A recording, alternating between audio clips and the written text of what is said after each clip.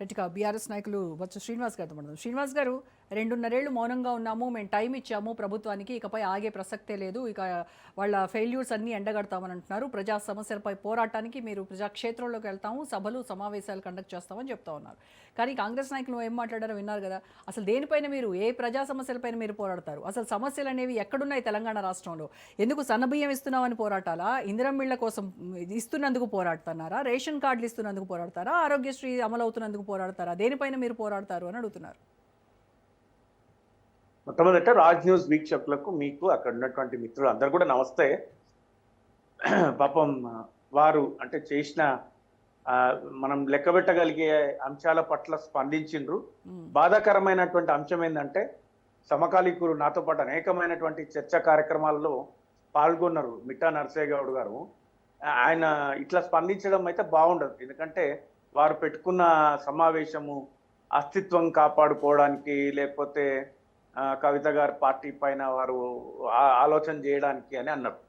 సరే, అది వారి అభిప్రాయాన్ని మనం వారి విజ్ఞతకే వదిలేస్తున్నాను. నేను ఈరోజు ఏర్పాటు చేసినటువంటి సమావేశం ఏమంటే, గడిచినటువంటి 2.5 సంవత్సరాల పైచిలుకు సమయంలో రాష్ట్ర స్థాయిలో హైదరాబాద్లో, అదేవిధంగా అసెంబ్లీ లోపల, అసెంబ్లీ వెలుపల అనేక సందర్భాలలో పార్టీ కాంగ్రెస్ పార్టీ ప్రభుత్వం ఏర్పాటు చేసిన తర్వాత వారు అనేక హామీలు ఇచ్చింది.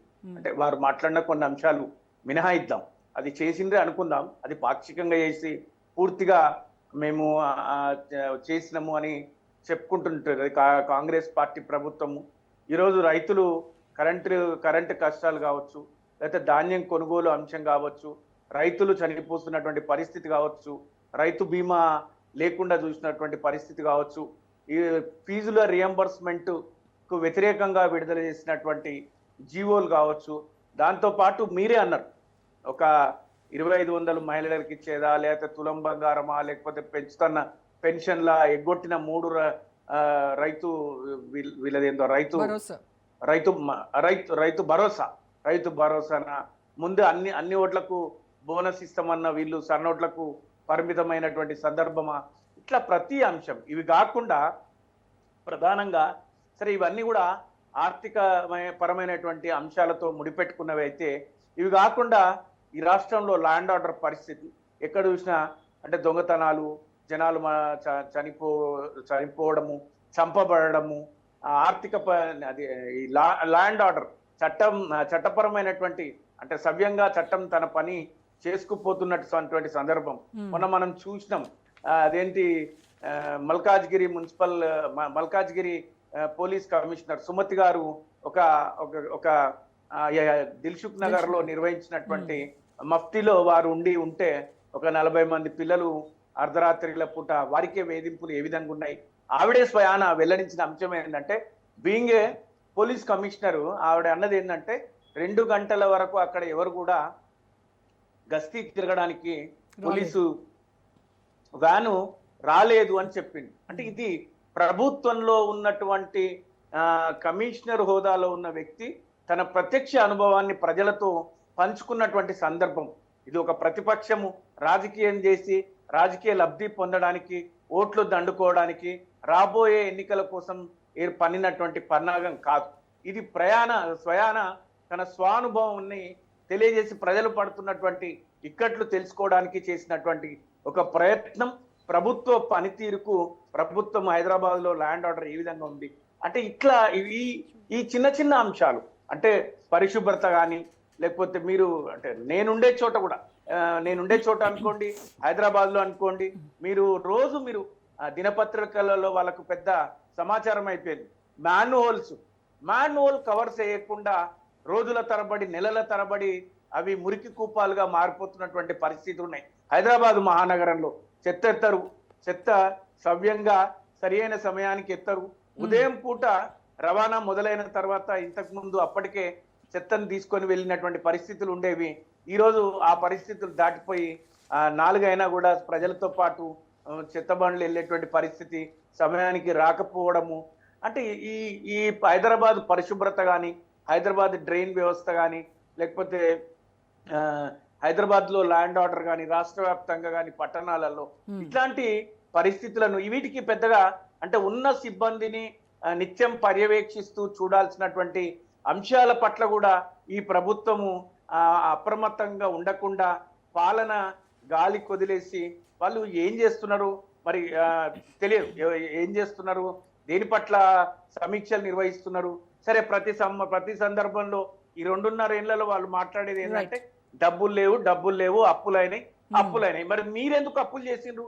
3,41,40 కోట్ల రూపాయల అప్పు మీరు ఎందుకు ఈ ప్రభుత్వం చేసిండ్రు? ఎందుకు ఆయన రేవంత్ రెడ్డి గారు నేను కడుపు కట్టుకుంటే అయిపోతుంది, నేను ఇవేంటిది కరప్షన్ అవినీతి చేయకుండా ఉంటే నేను అధిగమించేస్తా ఈ సమస్యలని మాట్లాడిండ్రు. హైడ్రా పేరు మీద ఒక విధ్వంసం. హైడ్రా మీరు కరెక్టే, ఎవరైనా దాంట్లో ప్రభుత్వ స్థలాల ఆక్రమణకు గురైనటువంటి వాటిపైన ఇంతకు ముందే హెచ్ఎండిఏలో టౌన్ ప్లానింగ్ అవన్నీ ఉన్నా కూడా వాటికి ఒక కొత్త పేరు తెచ్చి పరిరక్షిస్తామన్నారు. అది ఎక్కడ పరిరక్షించిండ్రు? పేదవాళ్ళ ఇల్లు కూలగొట్టి హైదరాబాద్ లో స్థలాలు కొనాలన్నా కొత్త స్థలం చూసుకోవాలన్నా కూడా వాళ్ళు కూలగొట్టేటువంటి అపార్ట్మెంట్స్ లో చాలా వరకు కూడా బీఆర్ఎస్ హయాంలో వాళ్ళకి పర్మిషన్లు ఇచ్చినవే కదా. మరి మీరు ఎలా ఇచ్చారు పర్మిషన్లు? మీరు అప్పుడు తప్పు చేసి ఇప్పుడు వాళ్ళు కరెక్ట్ చేద్దాం అనేటువంటి ప్రయత్నాన్ని మీరు తప్పు పట్టడం ఎంతవరకు కరెక్ట్? హైడ్రా పేరుతో పేదల బతుకులు చిదిమేస్తున్నారు. కరెక్టే అండి, కరెక్టే. ఇప్పుడు నిజంగా హైడ్రా తన పని నిజంగా బీఆర్ఎస్ హయాంలో గనుక వాళ్ళు ఏదో చెప్తున్నారు కదా,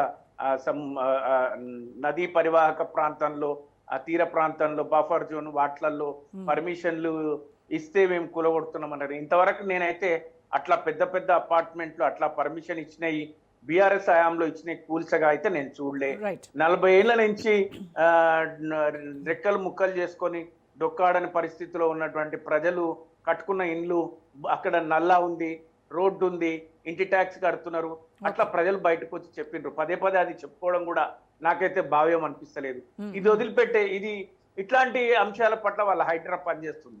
అక్కడిక్కడ 2-3 చెరువులు, పాత చెరువులు పునరుద్ధరణ కూడా జరిగింది. వాటి పట్ల బీఆర్ఎస్ కూడా హర్షం వ్యక్తం చేసింది. అట్లా వాటిని కూడా మళ్ళీ హైకోర్టు, సుప్రీంకోర్టు కూడా తప్పుపట్టిన సందర్భాలు కూడా ఉన్నాయి. అయితే ఇట్లాంటి అంశాల పట్ల ఉన్నటువంటి శ్రద్ధ వీటి మీద తీసుకొచ్చినటువంటి పరిస్థితి.